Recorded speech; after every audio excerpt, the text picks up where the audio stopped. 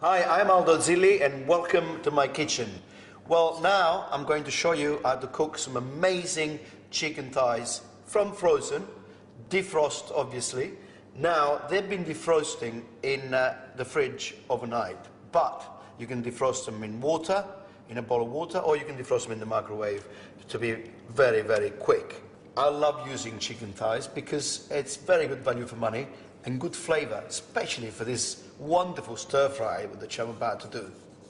Okay, so all you do is you take them off the bone. I'm going to do two. Okay, very simple. Just run the knife against the bone first like that with a very sharp knife. Remember in the kitchen, sharp knives are safer than blunt knives. That's basically it. Okay, just then take the skin off just like that with your hands. And if need be, you just use your knife. Okay, and that's it. I've got loads of beautiful vegetables in front of me here. Frozen food, frozen vegetables especially, retain their nutrition value, and it's so quick. Imagine I've just arrived home from work, I've got all these lovely vegetables in the freezer, and the chicken come out of the freezer before I went to work. So it's quick, it doesn't require you to take so many trips to the supermarkets. I've got some ginger, very, very good to mix fresh ingredients with frozen.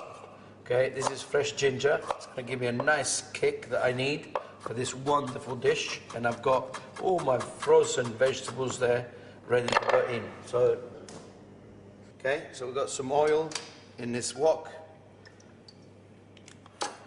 Let's de-seed the chili first, and this is how I like to do it. Just take the seeds out. Look at that. All the seeds come out very quickly. Chop the chili with Aldo Zilli. Chili go in. Fantastic. Some onion. The chicken thighs go in. Very hot. And when it comes to frozen vegetables, actually those vegetables have already been blanched, so you don't need to put them in just yet. My chicken has to cook first before we add all the frozen lovely vegetables. So a little pinch of sea salt, a little bit of pepper, and it's time for me to go into my freezer and have a look and see what I can find. I've got some stock cubes, some garlic, and some broccoli. Okay, wonderful stuff. Okay, now the garlic, actually I didn't know that you could get frozen garlic, and the quality of it smells really powerful. That is the same color of when you chop fresh garlic. So for me, that's a wonderful way of preserving vegetables and herbs, in fact. And now look at this. I've got a stock cube here, frozen stock cube. Again, a product that is amazing to use. All you need to do is chuck it in the frying pan, add some water, and now that stock is going to do its job of beautifully flavoring this wonderful chicken, and it's going to cook my vegetables all in the same stock, and this dish is going to be so tasty. I can't even believe it, it's all frozen. This gets frozen within 4 hours of being picked. Really, really good.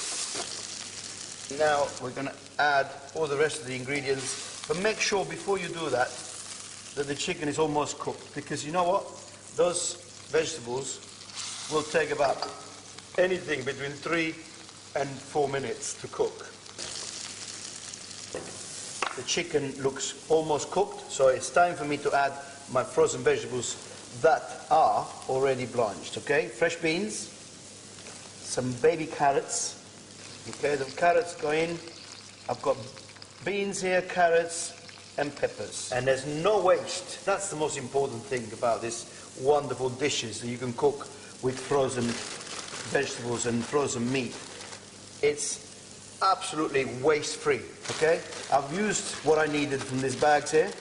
These now are all going to be closed and going back in the freezer because they haven't defrosted, so they go back in the freezer for me to use another time. Where's the waste? And where's all the mess? It's all gone back in the freezer. You don't need to worry about any of that. No way you're going to have any waste with this. This is unbelievable. Fantastic. It's time for me to flavor this dish properly. Some sesame oil, not too much, very strong stuff this. Some oyster sauce. And finally, a little touch of this soy sauce. And this now needs to cook for the next couple of minutes, and then you will have the best, the freshest, after frozen stir fry you've ever had. That's it, ready for me to serve this wonderful stir fry.